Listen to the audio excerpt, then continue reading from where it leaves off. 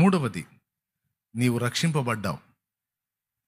రక్షణను దొంగిలించాలని శత్రువు నిరంతరం వేటాడుతాడు నిన్ను. కొంతమంది ఇంకా రక్షణలోకి రాలేదు, కొంతమంది రక్షించబడ్డారు. నేను అందుకే చెప్తున్నాను, రక్షణను కూడా తక్కువ అంచనా వేయొద్దు. రక్షణ వస్త్రము ధరించిన నీవు ఆ వస్త్రాన్ని పోగొట్టుకోవద్దు. కొంతమంది ఇంకా ఆ వస్త్రమే పొందలేదు. రక్షణ వస్త్రం లేదు కొంతమందికి. నీకు ఇవ్వబడింది రక్షణ వస్త్రం. రేపు ఆ రక్షణ వస్త్రం ఉంటేనే రేపు నిత్య జీవంలో ప్రవేశించగలుగుతావు. దేవునికి మహిమ. ఇక్కడ నుంచి వేరే దేశానికి వెళ్ళాలంటే మనకి ఏం కావాలి?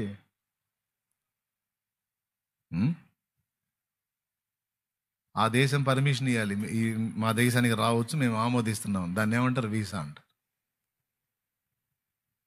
అది కావాలి. పరదేశం, పరలోకం, అక్కడికి నీవు రావడానికి దేవుడు పంపిన వీసాయే రక్షణ. అది తీసుకోకుండా ఇతర దేశానికి వెళ్ళగలమా?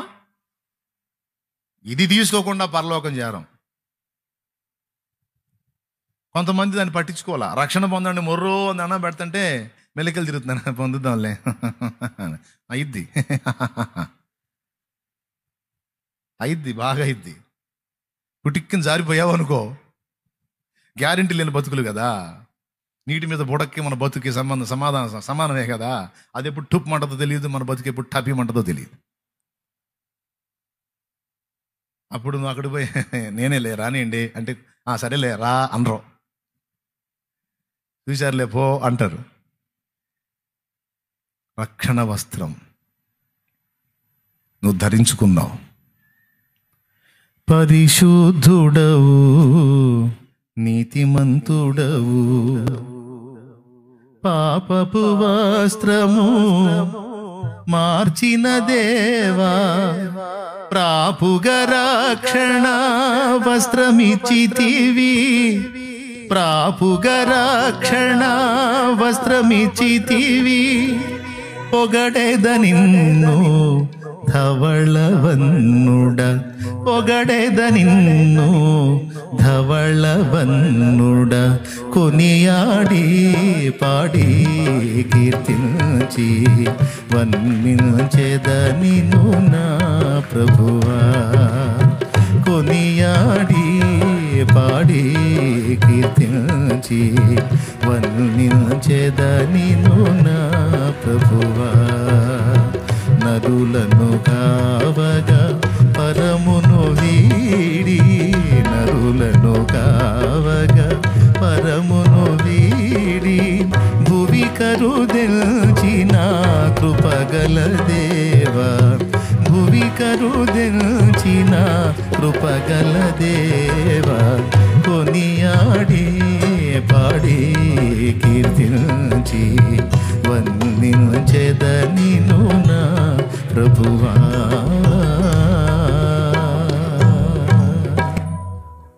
ప్రభువుకి మహిమ. మూడోది ఏం చెప్పాను? రక్షణ వస్త్రం. ఎంతమంది ధరించారు? చేతులు ఎత్తండి. నేను రక్షణ పొందాను అన్నయ్య అన్నోళ్ళు, మారు మనసు పొంది బాప్తీసం పొంది రక్షింపబడిన వాళ్ళు చేతులు ఎత్తాలి. అట్లా కదిలించండి. రైట్, అందరు రక్షించబడ్డారు. దించండి. అన్న నేను ఇంకా రక్షణ వస్త్రం పొందలేదన్నయ్య అన్నోళ్ళు చేతులు ఎత్తండి. నేను ఇంకా పొందలేదన్నయ్య, బాప్తీసం పొందలేదన్నయ్య అన్నోళ్ళు చేతులు ఎత్తండి. ఏం సిగ్గుపడదు, నేను తిట్టను మిమ్మల్ని. మరి రక్షణ వస్త్రం ఎప్పుడు ధరిస్తారు? మీరు ఇంకా పాపులుగానే ఉన్నారు. మరి పాపాలు ఎప్పుడు కడిగేసుకుంటారు? ఆయన రక్తం నీకోసమే కదా చిందింపబడింది. ఆయన రక్తంతో నిన్ను కడిగి నీకు రక్షణ వస్త్రం ఇస్తాడు ఆయన. నీకు కనపడదు ఆ వస్త్రం. మళ్ళీ బాప్తీసం ఇచ్చేటప్పుడు ఆ వస్త్రం ఏదో ఇస్తామన్నారు, ఏదైనా వెతికారు. అది నేను ఇచ్చే వస్త్రం కాదు, అది యేసయ్య నీకు కనపడకుండా నీకు కప్పే వస్త్రం. అది దేవునికి మహిమ కలుగును కాక. కొంతమంది అమాయకంగా అడుగుతూ ఉంటారు.